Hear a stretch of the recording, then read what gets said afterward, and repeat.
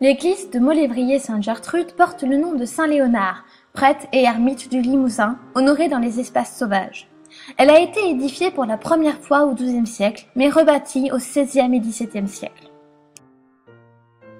C'est à cette époque que le clocher a changé de place pour être mis au-dessus de la façade. La seconde partie de la nef est plus caractéristique du gothique, avec ses voûtes en forme de croisée d'ogive. L'intérieur clair est très chargé et comporte de nombreux trésors. En entrant, par exemple, le visiteur peut voir les splendides fonts baptismaux du XIIe siècle, de style roman à 4 colonnes. Les vitraux, très colorés, du XIXe siècle, représentent les saints catholiques. On reconnaît les martyrs grâce aux palmes vertes qu'ils arborent. Sainte Catherine, par exemple, tient cette palme ainsi que l'instrument de son supplice, l'épée qui a servi à la décapiter.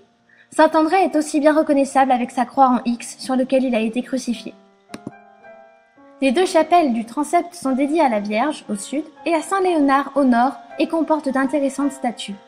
Mais la pièce maîtresse du mobilier de Saint Léonard est le tombeau en pierre du XVIe siècle. Les personnages sont presque à taille humaine et se pressent, nombreux, autour du corps du Christ allongé. À l'origine, la pierre était colorée, mais même avec les couleurs disparues, cette scène inspire le respect.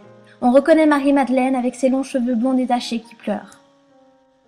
Tous les personnages sont émouvants, car leur tristesse est très bien représentée dans leur attitude. L'autel est surmonté d'un retable en pointe, avec des pinacles élancés, et une statue du Christ fait un geste de paix et est mis en valeur dans une niche éclairée. Il ne faut pas manquer non plus le lutrin du XVe siècle, classé au monument historique, qui comporte sur son trépied les armes des anciens seigneurs de Molévrier, les de Brèze. Ce lutrin est de style gothique flamboyant et donne un air de luxe au chœur.